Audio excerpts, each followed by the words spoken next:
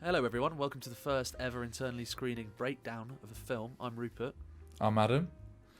and today we're going to be looking at Mulan, the 2020 remake of the 90s Disney animation film.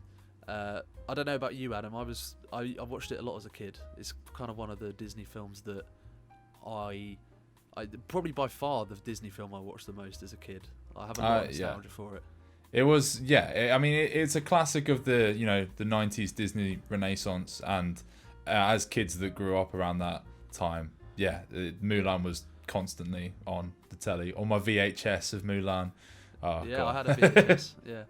Yeah. I mean, the only reason I bring this up is basically this film is going from based on the Disney live action model from what we've seen of it so far. This film was kind of tailor made to appeal to appeal to people like me and Adam specifically. Like, we were both born in '95 and we watched this film a lot, so this was completely designed to appeal to us and a lot of other people, but we are very much in that demographic where this film was supposed to hit big, and we're going to be sort of breaking down why it hasn't hit quite the way Disney probably hoped it would, and a lot of Disney fans probably hoped it would too. So we'll get into, we can't unfortunately just jump straight into what we actually think of the film, because it's unlike many other films this year. It has a lot of baggage, so we're going to get into the baggage in great detail.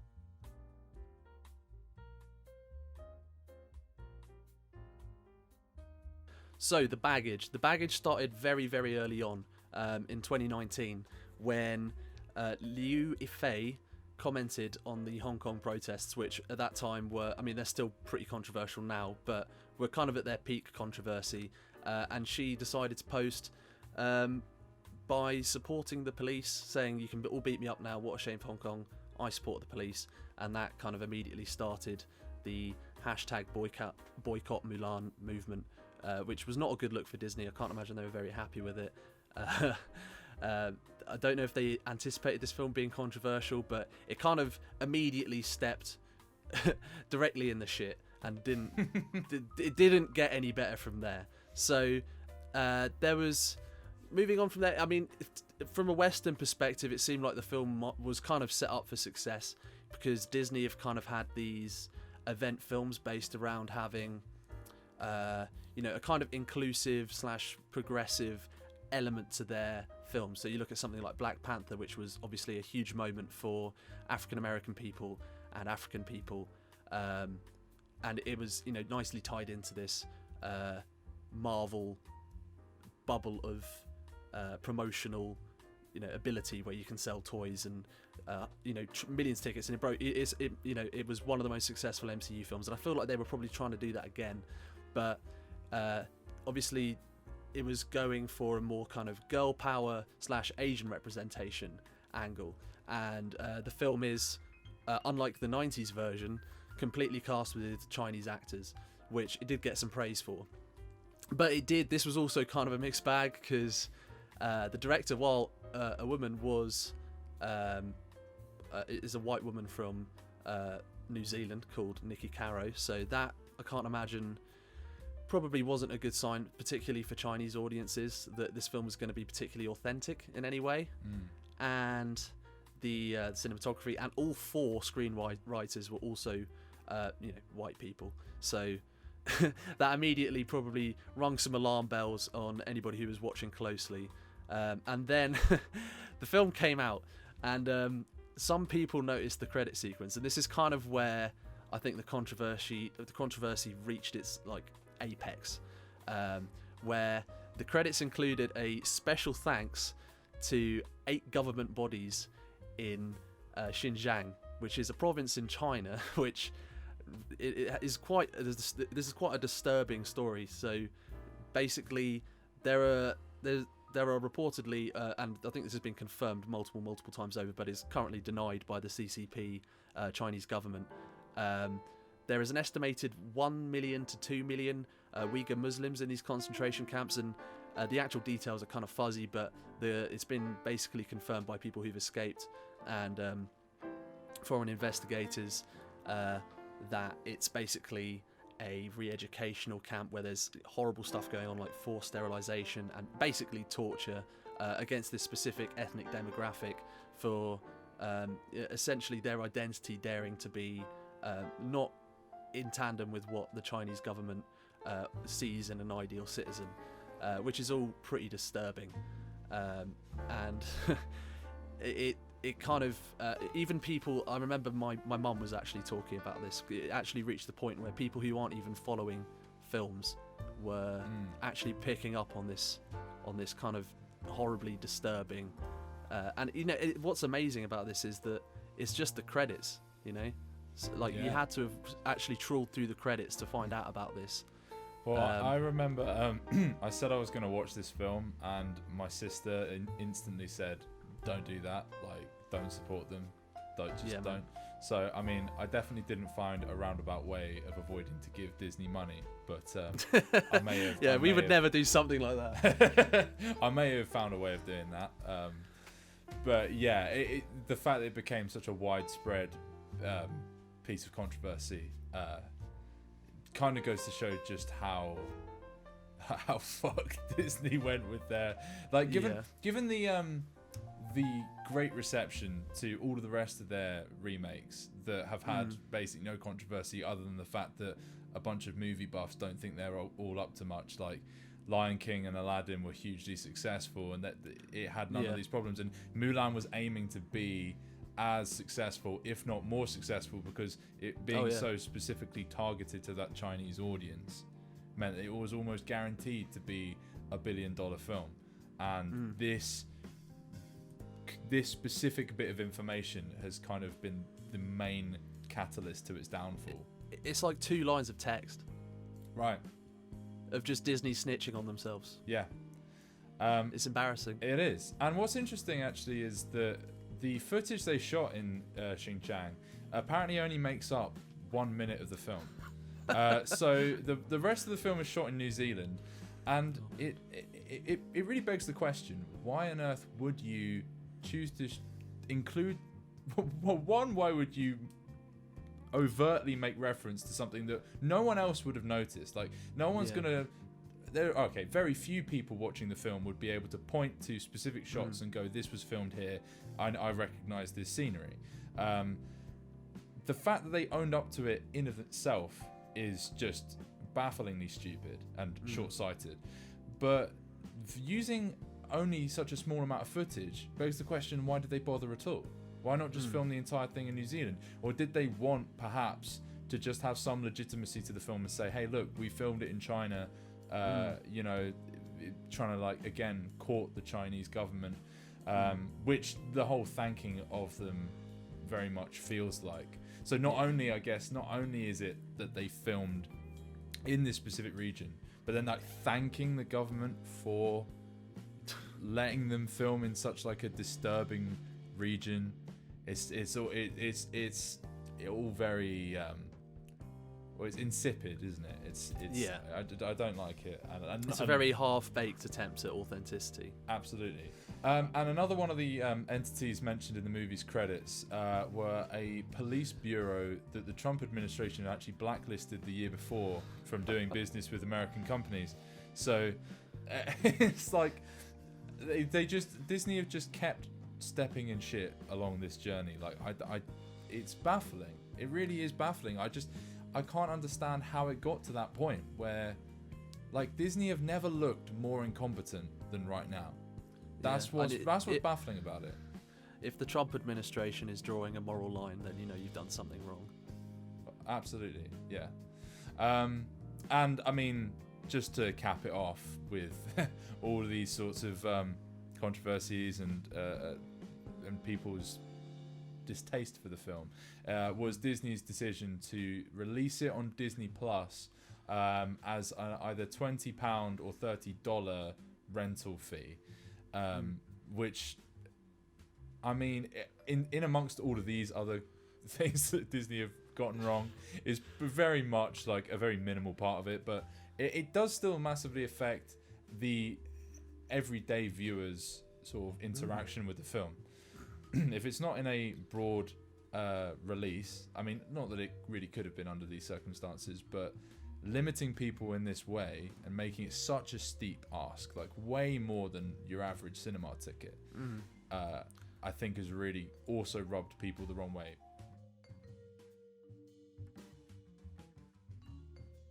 Which I guess brings us on to the responses to the film. You know, critically, this film has done not terribly, but it's more the audience reception that has been, you know, significantly negative. If you look at the information across Rotten Tomatoes and Metacritic, it tells similar stories. If you compare it to, say, The Lion King or Aladdin, this film had 75% critic rating. Lion King and Aladdin did worse than that, with 52 and 57% respectively. But then the audience scores for this film, for Mulan, was 51%. And then for Lion King, it was 82%, and Aladdin 94%. It's basically fully halved in enjoyment. And that's, I mean, it's hard to tell why people are giving those negative reviews just from the numbers, but it's pretty obvious that Disney have failed in cultivating that kind of excitement that they were successful in doing last time. In fact, only Dumbo from 2019 has been a significant audience reception flop, with only 48%. And basically Metacritic tells the same story. 27% audience score on Metacritic, even worse, compared to 65 for The Lion King, 67 for Aladdin, and even 58 for Dumbo, a film that everyone fucking forgot about immediately after it came out. It's very telling, I guess. And there's been one of the most interesting things about this is the reception in China itself, because if it failed in the West, at least Disney could rely on the Chinese audience, especially given that from what we've seen of the controversies, they were desperate to court the Chinese as much as possible. But what we've seen there's a Chinese review site called Duban, which I'm probably not pronouncing correctly, but I apologize. And there have been numerous bad reviews on that site, with an average of 4.7 out of 10, which is lower even than IMDb on 5.4. And, you know, some choice quotes from Duban are: the plot is lax, the performance is rigid, and the play is still at the level of the domestic costume drama more than 10 years ago. Another comment says, I just wanted to say that if Disney wants to remake it, no problem, but please be a little sincere. Which is absolutely scathing, isn't it? Like, yeah, I love that. I mean, like, the amount of effort that Disney have gone to make this, you know, completely appeasing to like, that's the whole Disney brand, right? The whole thing is that it appeals to everyone, you know, across ages and gender, and, you know, theoretically, you know, nationality as well. And as far as I'm aware, the 90s version of Mulan wasn't, you know, massively popular in China. I don't think it did particularly well in China. But I had a look on that website, and the reviews for the 90s Mulan are, you know, they're pretty warm. You know, I think there's a question of how, you know, genuinely, authentically Chinese it is, which is, you know, to say not at all. Yeah. But, you know, it's pretty clear that what Chinese audiences want is not something that's necessarily authentically Chinese. It just has to be good. Right. It has, you know, well, if you look people at like good films. If you look at the films that have done well in China over the last few years, that have been sort of imported from America, you've got the Fast and Furious franchise, the Transformers franchise, several of the Avengers films. Not films that have in any way, I mean, some of the Transformers films have courted the Chinese audience in some way. There's, you know, in Transformers 4, which is one of the biggest box office successes over there for America, they had a whole section in China at the end with famous Chinese actors doing, you know, little cameos. But outside of that, the majority of those films are hyper Western, if anything, like as Western as you can get. And I think what's telling of the comment that talks about like domestic costume drama, this idea that Disney is trying to ape something that the Chinese have been doing for ages. You know, historical films about China is surely like, you know, one of the first things the Chinese filmmakers are going to you know, try and make. They're not reinventing the wheel or doing anything new or exciting that Chinese audiences haven't seen before. And well, yeah, I mean, there's so many famous like period Chinese films that you can look up. I mean, some of the most acclaimed Chinese films are in that genre. Well, exactly. And the lack of sincerity only compounds the problem that Disney have made what is essentially a very generic film for the Chinese audience about something that, to my understanding, they have loads of Mulan films or tellings of that story at the very least. It's a common story to them. To us, it's exciting in some way because we don't get that much, you know, of the history of China in our cinema. So something like the original Mulan was like hugely variant in its aesthetic, its, you know, the history, the heritage of what was being sort of conveyed. It was totally different from anything else that we were seeing at the time, especially as children. Like, you know, definitely. If all you're exposed to is kind of like Disney films and you know, U-rated, PG-rated content, like that was kind of an early experience of Chinese culture for us. Sure, it was incredibly westernized and whitewashed, but I take that over this incredibly insincere attempt to court the Chinese government. Yeah, I mean, the fuck up that Disney have made here really can't be understated, because the criticism of the film and the coverage of the film got so intensely negative that Disney, by not commenting or doing anything and kind of letting it snowball, because they were stuck between a rock and a hard place essentially. They couldn't apologise for the controversy with Xinjiang and the credits thanks that Westerners were very angry about, and they also couldn't completely ignore it theoretically, because it's gonna just make them look worse and worse to the people who were outraged about it. And by saying nothing, angered all the Western not just Western, but I guess everybody who was upset about the Xinjiang controversy, rightfully upset about that controversy. And then as this bad media just kind of spiraled out of control, the Chinese government decided to basically through their various media outlets just block any discussion of the film, and it ended up kind of kneecapping their marketing of it in China, which kind of, we'll get to the sort of box office grosses, but they'd spent a lot of money, and essentially, in China, the week leading up to the film didn't have any promotion for the film, which has got to be a huge hit for Disney, and definitely didn't help with the pretty mediocre box office numbers that we're going to get to. Because China also blocked the release of the original animated Mulan, but it did eventually get released, even though it didn't do very well.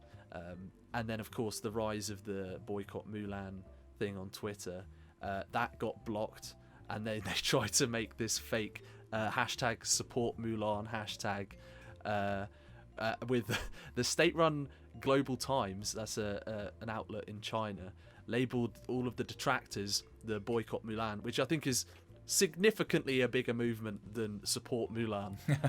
I don't think I've met a single person in my life or seen anybody online whatsoever even go near that hashtag, because it's ridiculous. And they labelled everybody within the boycott Mulan camp as ideological paranoids. So for Disney and also the Chinese government, they've kind of been forced onto the defence throughout this entire controversy. So the result of all of this is going to have the best way to measure it would be through Disney's pockets, how it's affecting, how it's performing versus what they expected it and wanted it to perform. And given the COVID situation we're in at the moment, it's really difficult to tell, because normally you could just look at the box office numbers that get released, but we actually don't have a very clear picture. We don't have a very clear picture of how well it's done. So we're kind of going to have to play a bit of a guessing game here, given that it's available in cinemas in some countries and it's not in other countries. And then there's the Disney Plus numbers, which are kind of difficult to really figure out, even with the kind of average amount of information that Disney have given us on how it's performed on Disney Plus. So what we do know is it took them about 5 years to make this film, to get it written, cast, recorded, and put on screen, and edited, and special effects, and massive amounts of promotional material. It took them 5 years, and it cost them at least 200 million, but if we're being realistic, it's probably closer to 350, 400 million. We know it's a very, very expensive film to make, because obviously marketing costs then companies aren't required to give this as a cost related to the film when they talk about the budget of the film, and they often won't, to make themselves look better, particularly in a situation like this. Disney has no impetus whatsoever to tell us how much they spent on the marketing. And obviously they were trying to make this appeal. They were spending a lot of money to get within China's good favours in promoting this film. It was reported that they even shared the script with Chinese authorities, and cut scenes that weren't liked. Potentially added stuff in, I don't really know. I guess that might be partially speculated, but we do know that they shared it with them, which kind of goes to show their intent when they were looking at producing this film. And it didn't really pay off massively, as we've already established. But if we look at the actual numbers, the box office in China. So again, it's hard to look at what the box office was like in the West, because in America it didn't come out. It's only on Disney Plus, and Disney aren't going to tell us. Like, no one knows about streaming numbers. But in China, on its opening weekend, it made a pretty poor $23.2 million. Which was massively below their, not too far below their $30 to $40 million estimate. But and apparently it was also pirated massively on day one as well. Across the first 3 days of its release, it was pirated apparently 250,000 times. So I don't know how that cock up happened, but there you go. As of right now, Mulan has only made 40 million in China, which is less than Christopher Nolan's new blockbuster Tenet, which has grossed about 60 million. So the fact that an entirely incomprehensible time travel film, which features no or next to no Chinese cast that I can think of, and certainly no courting of China in any way, shape or form, has done better than Mulan, a glorified piece of propaganda, essentially. And in terms of Disney Plus, Mulan has apparently been purchased by nearly 29% of Disney Plus subscribers in America. Estimates mean this would probably generate around $261 million, but again, it's hard to know how this, how it all translates with regards to streaming.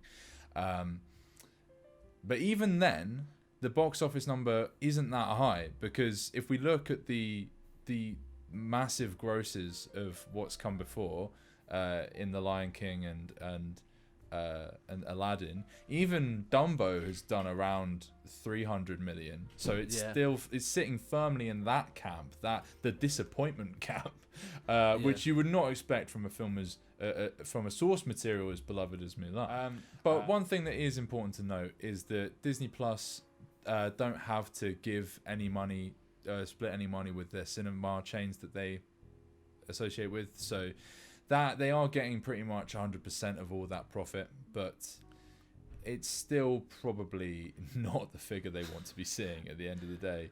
Well, I heard that Hamilton actually did much bigger numbers. I mean, granted that was free to stream, but Hamilton, when that came out this summer, actually performed way better in terms of actual streaming numbers than it was. It was to do with the uptake in subscribers around that time, wasn't it? Yeah, I forget the figure, but it's like there was like 10 times the normal amount of subscribers to Disney Plus when they announced Hamilton would be on there for a limited time. And then when Mulan came out, it was something like only 2, 3, or 4 times at most, which is massively, massively reduced. Like this is like their big blockbuster of the year. I think that's something we have to remember as well. This isn't just like another Disney film. This is their film for this year. This is the cornerstone of their empire right now. You know, and these live action films have all been like that. They've all been a great way of bolstering their identity, their brand, and making a shitload of cash out of glorified cover songs, essentially, if you want to think of it like that. But I mean, it's not the only sort of Chinese related property, I guess, film that hasn't done particularly well in China. There was The Great Wall in 2016 with Matt Damon in it. That was horrible. Which was awful. From what I understand, was that actually made by the Chinese themselves? It was made. It was like a 50-50 production, from what I remember. It was actually directed by a Chinese director, a very acclaimed Chinese director. Was it Zhang Yimou? Is that his name? Yeah. Yes. I think so. Who is a great director, but God knows what happened on that one. Terrible film, terrible flop. Tried to appeal to 2 audiences, the West and China, that didn't want to know anything about it. There was Crazy Rich Asians in 2018. That didn't do particularly well over there. And neither did The Farewell last year. Although The Farewell was a bit more of a low-key film in general. So yeah, I didn't see that doing big numbers. It's a bit too sort of slow and quiet, I think, to translate particularly well. But then again, I'm not... Just because we're doing this doesn't mean I know everything about the Chinese tastes. It's more just sort of... We now definitely know what they don't want. You know?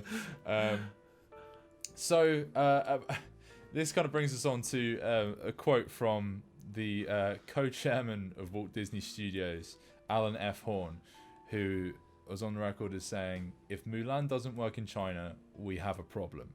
I think they've got a problem. I think they've probably got a $300 million hole in their pocket, probably, is one of their problems. And a huge PR nightmare that some horrible board of executives is probably scrambling to try and fix right now. Yeah. And I think also coming off the back of Star Wars being such a horrible failure at the end of starting at such heights and like reaching such lows. I mean, even Rise of Skywalker, admittedly in a different time compared to what we're living through now, it only broke $1 billion, and it was that was pathetic by their standards. And I mean, I can't believe I'm saying this, but they're probably praying for the Rise of Skywalker numbers on Mulan now. Right, exactly that. Right. But yeah, to me, and I'm sure to many others, Disney have never looked more incompetent, flimsy, like unprofessional. Like how can such a prestigious company make so many high-profile mistakes? This time it's just the one film, but like there's counting in Star Wars, this is like a sort of series of cock-ups, with this just being the paramount, really. So God knows what's going to happen with Disney now. Am I correct in saying, was it Bob Iger? Has he stepped down yet as the head of Disney? He stepped down, but I think he might have stepped back up. Oh, really? It's a bit confusing. He did quit after Star Wars, which led to a lot of speculation, but I think he might have quit again. Joined once again. Oh, that's bizarre. So, I mean, if that doesn't just scream how... Oh, no, sorry, he's quit. He's gone. He has quit. Okay, all right, okay, just to clear that up. Okay, good. But, yeah, they've already had their most senior, staff member quit over this, and God knows what's going to happen now. Like, I mean, sure, they could just churn out the next live-action film and just cross their fingers that everyone forgot. But it's definitely gonna be a dark mark on their legacy.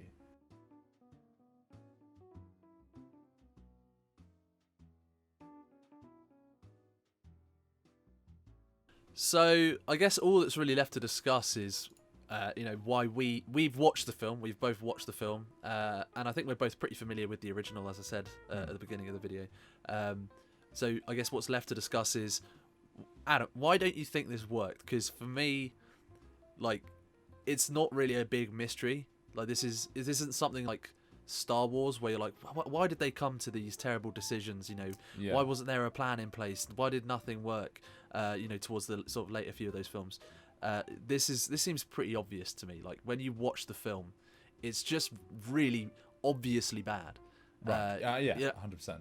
And I know I was talking earlier about, you know, people who, you know, aren't necessarily, you know, film snobs like us, who like my sister and my mum, both watched this film and were like incredibly apathetic towards it. And these are, you know, these are Really? people. Yeah. So these are, you know, by all intents and purposes, you know, prime Disney demographic 100%. audiences. And from what you've told me before, those that they loved everything pretty much that has been put out so far. Oh yeah, they loved it. And you know, my mum is definitely very nostalgic for Mulan, since she probably watched it a whole bunch with me when I was a kid. Yeah.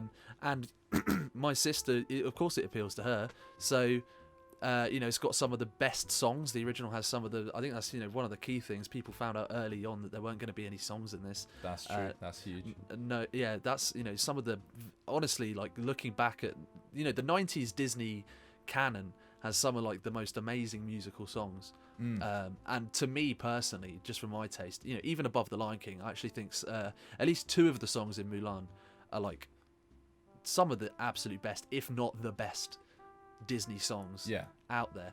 There's none of that. Like, all of the magic has just been sucked dry from this film, and when you watch it, you can see all the money on the screen, and you can see like all this expensive set design and beautiful actors and you know, like massive, just like sweeping shots of landscapes and people having battles and all of this, but it just feels like so small and cold and boring compared to the original animation. It feels less expressive in pretty much every way. Yeah. Everything just feels flat. I don't know if you agree with that. I do.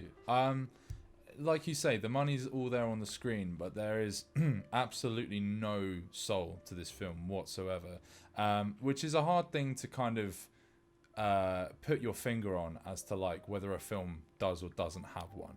But I think that the comments earlier from, you know, Chinese viewers questioning the film's sincerity, it seems blatant to any viewer that what this film is trying to do more than anything is not be a sort of honest telling of an interesting story or an interesting character, but a cynical marketing exercise to try and reap as much reward as they can from a barely tapped market. A market with seemingly incredibly sporadic tastes. Yes. But in terms of itself as an actual film, I think a huge core of it is I thought the writing was incredibly cheesy, cheap. Like the acting, the performances, like there are some actors in this I really like. I mean, I love Donnie Yen, for example.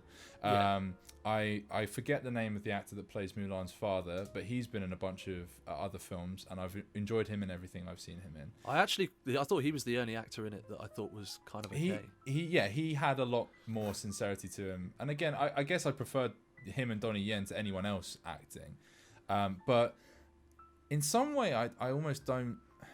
It's one of those ones, it's hard to tell who's to blame here. Is it the bad writing or the bad acting? I think the bad writing definitely makes up a huge proportion of it, but whether it's a joint effort, if you know, or maybe these actors are just suffering under the weight of such bilge.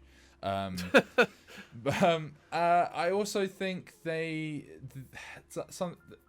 one of the kind of main changes from the original story, I guess if we want to go into spoilers, I guess, and I'm gonna do it. Fuck it. I mean, like, if you've seen the '90s film, then yeah, exactly.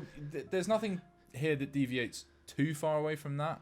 But the main thing that they change, and they do it right away, is they establish that Mulan has high chi, and they do this through voiceover, obviously, because that's the most effective storytelling method, and definitely not incredibly lazy.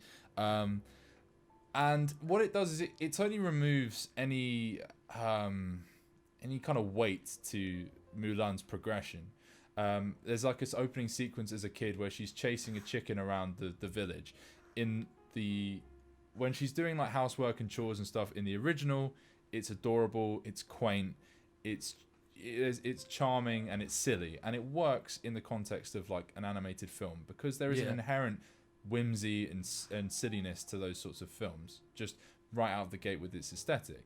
When it's more serious and sort of grounded in reality, as the visuals of this film are, it becomes really slapstick and out of place right out of the gate. It sets up a really awkward tone, and then she does some weird Crouching Tiger, Hidden Dragon shit to stop herself falling off a roof, and we've already, like, her whole progression should be from ordinary but defiant young woman to celebrated hero, because she's defiant and she grows.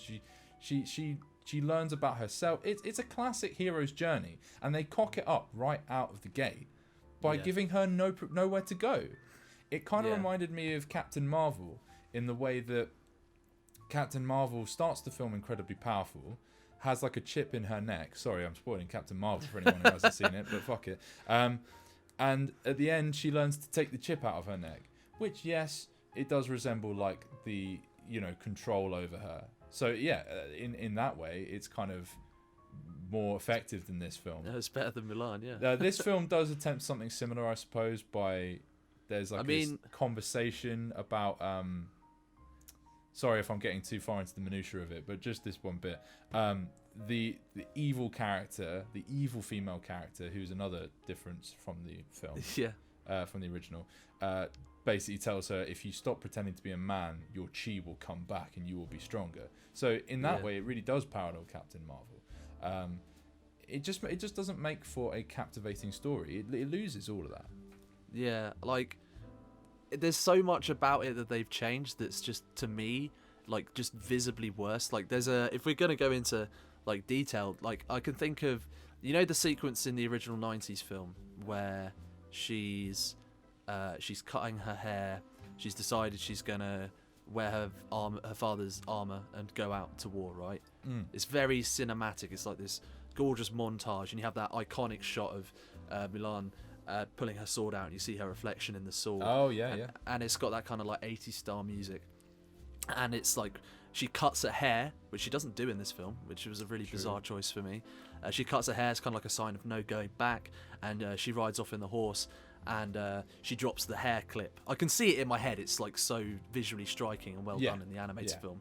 And she drops the hair clip, and her father comes out to try and get it. In this film, there's literally the shot where she turns around and walks up with the armor. It's like a static floor shot, just looking up at her, and she just walks towards the camera, and that's it. Like, that's the level of just like flat, uninspired filmmaking. This film is just, that's every option. And like, even like the whole point to me of if you're going to do like a live action adaptation of an animated film, there are many ways you could do it, right? But to me, it seems pretty obvious what Disney are trying to do with it. They're trying to show you a more realistic version, or at least a sort of, because if you're moving from like a very kind of whimsical and imaginative format to a more grounded format, you're kind of going for at least a slightly more gritty version. Obviously, this film still has kind of wuxia style martial arts and crazy wire work, but it's still more grounded than the animation, in a way. But so for example, like, you think like, okay, so maybe this film will show more violence, but really, like, in this film, or like more emotionally deep moments, because you've got like two actors on screen or whatever, as opposed to drawings, you can convey more like deep, like intense emotion that way. So, supposedly, right? Or at least like, you have that option available to you. But like, even so, like, if I think to like the kind of most, because if you think about Mulan, the original, it's really one of the more violent and kind of dark Disney films from the 90s. I mean, a lot of those Disney 90s films have a shade of darkness to them, like, Simba's dad dying in The Lion King, for example. But none of them have like. His name? What is his name? It's Mufasa. Mufasa, that's it. Simba's dad. Whatever, mate. Simba's dad. Like, but there's nothing in The Lion King, to me, as dark as how many messages does it take to deliver the message, and then the guy pulls back the bow and says only one, or the whole thing where the Huns are in the forest and they find the doll Oh and yeah, absolutely. this little girl is missing her doll. We should return it to her. Or the cut from the what's the song? The girl, the one about them wanting the perfect girl. Yes, yeah. And then it cuts to this destroyed village. Yeah, just like such a brutal hard cut. Yeah, exactly. And the song just kind of, all the energy is like sucked out of the room as you kind of look at this horrifying visual. And Mulan finds the toy, and Li Shang, I forget which one it is, the commander, a memorable character from the 90s film that doesn't appear in this film for no good reason. He finds out his father is dead, and it's like a genuinely quite emotionally powerful moment, and there is just nothing in this film on that level, even close to it. Yeah, this film is really poor at conveying any kind of like true like emotional weight, and I don't know why that is. Again, it's hard to tell if it's the actor's responsibility or if it's just the writing just doesn't feel sincere or true in any way. They kind of screw around with characters as well, like the roles that, like you said, like you had the commander as the love interest in the previous, in the original film, and here Donnie Yen is just like another kind of senior figure that doesn't really interact with Mulan. I mean, he's basically a cameo. Yeah, there's I guess kind of one of the more. There was one interesting moment that this film did and then immediately forgot about, that I thought was kind of had potential. They squandered it obviously, but was Donnie Yen realizes that she has chi in like some fight they have. Which again, that fight is probably one of the more visually interesting parts of the film. When they're actually at the military base training, it's probably the most. She's fighting with her. Yeah, that's probably the most tolerable part of the film, even though it's full of like, bad humor and just like it is at the very least like somewhat interesting. You do get some kind of sense of progression. All of the action afterwards is trash. All of the setup before it is incredibly cheesy and insincere. It's the one bit of the film that has some potential. Donnie Yen says, don't worry, you should let your chi out. You should do this. Don't be ashamed of who you are, whilst also having the irony of him not realizing who she is. And then later she tries to sort of come out to him and say, look, I'm not who you think I am. And then he kind of he kind of stops her and says, you're a good man, I want you to meet my daughter, I'm gonna have you married to her.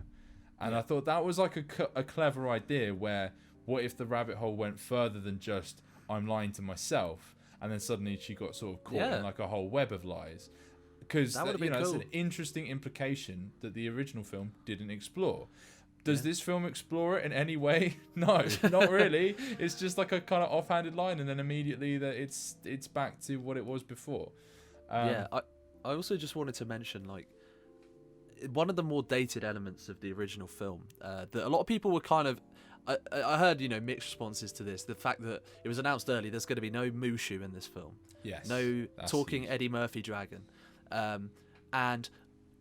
I was kind of with the camp of people saying, it's probably one of the more dated elements of the film. It's probably for the best if you're doing a live action version. Maybe don't include it. But having seen this film, I for a start, I still kind of like Mushu in the original film. Oh yeah, absolutely. But rewatching the original film and then watching this, it makes it so clear why he's in that film. Because in the back of my head, having not seen it in a while, I was thinking, maybe he's kind of a wasted comedic support character that really doesn't need to be there, and he just kind of takes up time. But he's actually completely crucial to the film, because when Mushu is there, it essentially gives Mulan the chance to develop a lot of personality and character. Because whenever she's alone, which is a good amount in the actual original film, it's essentially just her sort of talking to herself, and it lets a lot of her anxieties come out. The fact how stressed she is about the situation, and how she's kind of fumbling through it, but she's how determined she is to kind of get through it. It builds a lot of character, and Mushu is almost... I mean, I still think he's kind of funny, but Yeah, I agree. He actually serves like a really crucial purpose in the plot, which is that Mulan needs to, have stuff to do in the downtime, and this film's approach to that seemed to just be cut out all the downtime. Yeah. And Like, just you have don't- her staring off into the distance, not saying anything, not doing anything particularly. Yeah. Just like all this downtime you would get with Mushu, where she kind of reveals her sort of emotional weaknesses. He is like he offers her that opportunity to express herself, but also he is an interesting character in his own right. And this film just has a void in both places, because I think by far the worst character in this film is Mulan, because she is so emotionally devoid.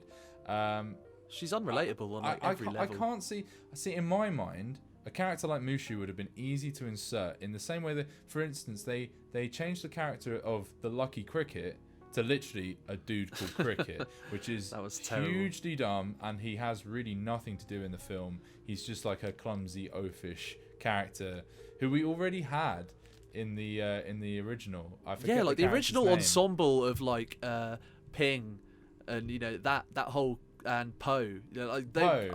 I can see them in my head right now. If you try, I can't remember the fun gang of soldiers she makes friends with in this film. Because they're all just fucking nothing characters. They they do nothing. Yeah, and there's way more of them as well. Like, it feels like I don't know why they made that decision. It's hard to pinpoint. But in having more characters, you water down the time you can spend with each character, and thus whatever emotion is there with each character just gets watered down and further and further and further. It's a poor idea when you've got such a laser focused script on Mulan. These characters have no fucking chance in hell. I also thought one of the most uncomfortable things about this adaptation, I mean, the original does this to an extent, is the whole thing is the Huns are coming, they're gonna get the Emperor and they're gonna take his throne. This film made some kind of notable changes. So instead of the Huns, it's the Rurans. I hope I'm saying that right. And they're not just coming to invade China. It's a revenge mission because the Emperor of China killed his brother or his father or something in combat, which is just kind of referred to and doesn't really have any impact on the film whatsoever. Yeah, it's just like a big exposition dump at one point. Yeah. And the peak of the film kind of comes to... So the original Mulan has a sort of very satisfying moment. Like, she saves the Emperor, but then the Emperor bows to her, and then all of China bows to her, for what she's achieved. And it doesn't really put much emphasis on the fact that, she's doing it for the Emperor. She's really just kind of doing it out of a sense of personal duty to her father, but also her soldier comrades. And it makes a lot more sense. You can really kind of empathize with Mulan in the original much more. In this, there's way more emphasis placed on the fact, I think she says, I will serve the Emperor, I will I have a duty to protect the Emperor.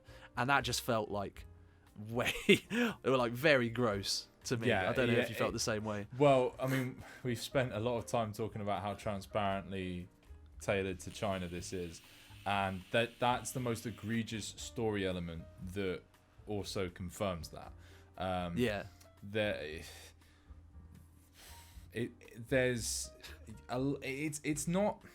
It's simultaneously on the nose and subtle. It's a strange mix that they've managed to achieve. It's the kind of thing you might not notice, but your brain notices it even if you don't consciously think about it. Yeah. It's like you don't come away feeling the same as you do if you watch the original versus this. There's also one bit at the end that I thought was interesting. In the original, so there's a fight scene for one towards the end, which differs pretty strongly. They make the choice not to have the fight scene in the Emperor's palace, which is one interesting thing. They have it in some kind of weird scaffolding. Yeah, I don't know, some kind of war preparation place, like some. They kind got of, rid of the armament fireworks. thing. This film literally got rid of the fireworks. What better Right. metaphor is it? What better metaphor is there for that? They got rid of the fireworks. Damn, that's amazingly on point. But so yeah, they make the choice. Perhaps it was a choice not to desecrate like sort of hallowed grounds of the emperor with a sword fight. They wanted to remove that, and then mid-fight, Mulan is sort of not quite besting her opponent, and he starts giving her advice whilst he's tied up. So it's like, oh yeah, the mighty word of the emperor is the true hero here because he gave the good advice. And then at the end, when the emperor offers her a job at his side, in the original, obviously she turns it down because her family is more important. In this, they do that scene, but then in the sort of epilogue, the sort of winding down of the film, where in the original, the commander comes home looking for her, and we imagine he proposes, and she goes back to a quiet rural life, knowing that she's saved her country. In this, she's immediately followed by her the Donnie Yen's character, and other members the of Emperor's Guard, right? Yeah, the other members of the Emperor's Guard, who would then offer her the job a second time, and basically the implication is she takes it which made me wonder, like, were they trying to go for a thing where, like, the original wasn't, she rejected the opportunity to do a glorious thing to work for the Emperor. This time we're gonna really, like, we're gonna make sure we kiss ass as much as possible, and heavily imply that working for the Emperor is a great fucking thing to do. If you get an opportunity to work for the Emperor, you don't fucking turn it down. And they also do this other thing, just briefly. They make a thing throughout the film. Her father's sword has like these 3 Chinese sort of like codes, like the code to live by, which is like truth, honor, and I forget the other one. But courage, something like that. Probably and obedience. But then at the end, they add another one on the other side of the sword, because she loses her father's sword. They give her a new one, and it's on the other side of the sword. It says love for one's family, and I feel like in hammering those 3 or 4 points home, it's almost like directly appealing to like Chinese doctrine of like, if you do not live by these sacred rules, you are like operating outside of the Chinese, system of society. You are not welcome if you do not obey these rules. And I know you could easily tell me I'm looking a little too far into this, but just knowing as much of the context of the film as we do, it felt like yet another little piece of evidence to suggest like, oh, they're really trying to hammer home how much they love China and how much they love the specific Chinese system that's in power right now. It's like you said though, because I mean, this film really doesn't feel like a film so much as just a piece of propaganda. So, and we literally know that Disney were, collaborating with the Chinese government to make this film. Yeah. So this is a special case. This is one of the only films this year that, to me, you have a moral imperative to not pay to watch it. Yeah? So either don't watch it or find some other way, and I'll leave it at that. Like, it's actually, this film isn't just bad in terms of quality. It's actually like a morally dubious piece of propaganda art. It's horrible on like every level, and you can't help but read these things into the film because you know how calculated it is. Disney's track record as a company, and the approach they were taking in this film when you just kind of have a cursory look at the production of it. So I mean, this is if not the worst film this year, the most morally questionable and sort of outright kind of condemnable, most easily condemnable film ever. There are plenty of American and Western films that are similar to this. This is like Disney's American Sniper. It's just horrible on like every level to me. Because I guess if you look at the rest of Disney's output recently, I would say I absolutely hated the new Lion King film, but can I hate it on a moral level? Not particularly. I can hate it for being a slimy attempt at, you know, sort of squeezing money out of people, but you know, no more than a lot of the other Disney products. Like, Yeah. This film is kind of, like you say, uniquely amoral. I mean, it's like, it might be a better film than The Lion King from 2019, but it's not.